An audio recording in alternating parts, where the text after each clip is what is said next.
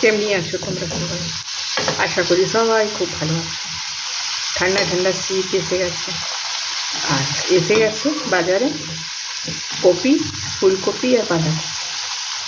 তো আজকে আমিও ভাবছি একটা কপি রেসিপি নিয়ে তোমাদের সঙ্গে হাজির হই। তো আমি একটা আলু কেটে নিয়েছি, ডুমো ডুমো করে দুটো আলু। তো এটাকে সরষের তেলের মধ্যে ভেজে নিচ্ছি। এরপরে ফুলকপি ভেজে নেব, এটাকে ভালো করে একটু লাল লাল করে ভেজে নেব। ভালো করে ভেজে নিলে এর কপির একটা যে গন্ধ হয় সেটাও শেষ হয়ে যাবে। বাজারে ফুলকপি বাঁধাকপি খুব আছে, কিন্তু দাম কম হচ্ছে না। আমরা এদিকে ইউপি সাইডে লখনৌতে থাকি। তোমাদের এখানে তরকারির ভাও কেমনি চলছে জানি না, কমেন্টে বলো তো। আমাদের এখানে তো অনেক দাম তরকারি।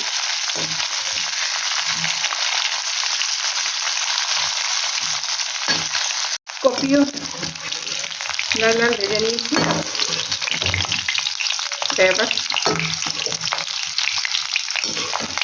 এবার কড়াইতে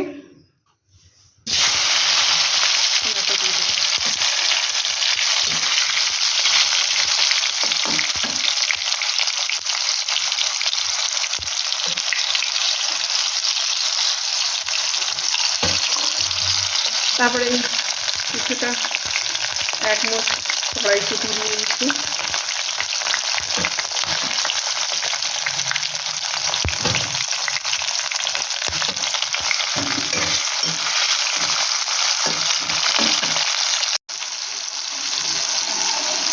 এরপরে এর মধ্যে এই জিরার পাউডার দিয়ে দিচ্ছি।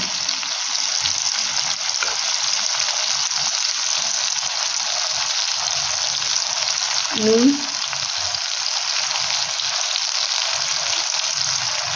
হলুদ আর কাশ্মীরি লাল মির্চ পাউডার, তার সঙ্গে আদা রসুনের পেস্ট। মশলাটাকে ভালো করে কষিয়ে নিচ্ছি।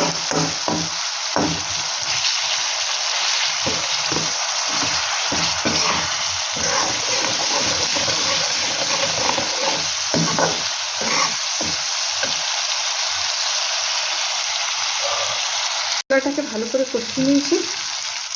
তারপরে একটুখানি জল মিশিয়ে নেব।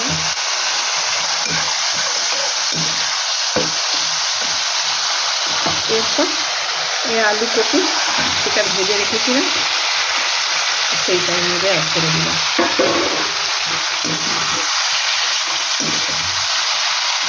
আঁচটাকে একটুখানি মিডিয়াম করে আবার এই তরকারির সঙ্গে একটু কষিয়ে নেব।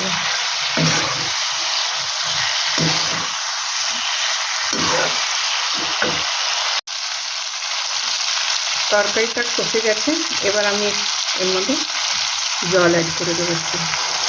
এই তরকারিটা একটু মাখা মাখা বানবে, আর এটাকে রুটি পরোটা ভাতের সঙ্গেও খুব ভালো লাগে। হয়ে গেলে এর মধ্যে ধনে পাতা কুচি দিয়ে দেবো। আঁচটাকে ধিমি করে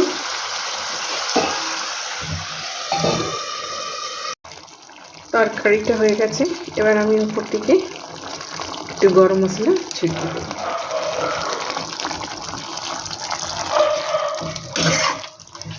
আমি এর মধ্যে বেশি ঝোল রাখিনি, এটা একদম মাখা মাখা গা মাখা বানিয়েছি। এবার আমি সার্ভিস বোলের মধ্যে সার্ভ করে নেব। এরপরে এবার ধনে পাতা ছড়িয়ে দেব। তো বন্ধুরা, এই রেসিপি একবার তোমরাও বানিয়ে দেখো। খুবই সহজ, খুবই সরল একটা ঘরোয়া রেসিপি, যেটা সব বাঙালি বলো হ্যাঁ, নন বেঙ্গলি বলো, সবার বাড়িতেই হয় এই শীতকালে। এমনিতে কপি সারা শীতেই পাওয়া যায়। আমাদের এই রেসিপিটা কেমনি লাগলো কমেন্টে নিশ্চয়ই বলো। আর সবাই ভালো থেকো। আবার কোনো নতুন রেসিপি নিয়ে আমি হাজির হব, ততক্ষণের জন্য গুড বাই।